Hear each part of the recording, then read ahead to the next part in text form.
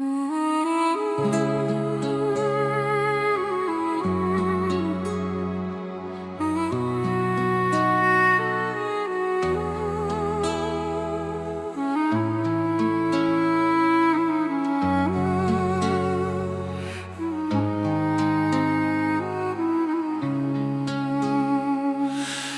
šiaurės vėjas pinasi į miško tankmę, stovėjo ji lyg vartai į plačius kelius. Lūšės stotis, kur garvežiai kadaise duso, išpūsdami į dangų dūmus ir viltis gilės. Liepoja romnai ritmas metalinis, čia plakė širdis geležinkelio linijos. Akmenys pamatų dar mena tą didybę, kai bėgiai jungia miestus ir žmonių kantrybę.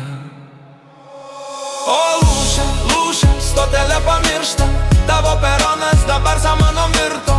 Traukinio švilpas senai jau nutilo, tik vėjas pro plyšius dainuoja iš gylio. Bėgiai į tolį, bėgiai į praeitį, kur nebegalima niekad sugrįžti. Tu stovi viena tarp miškų ir tylos, saugodama aidą senosios dainos.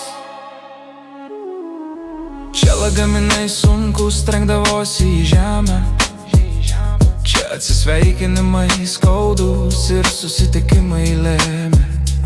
Stoties maistras su žibintu naktį pasiteko, o keleiviai skubėjo, kol laikas dar liko.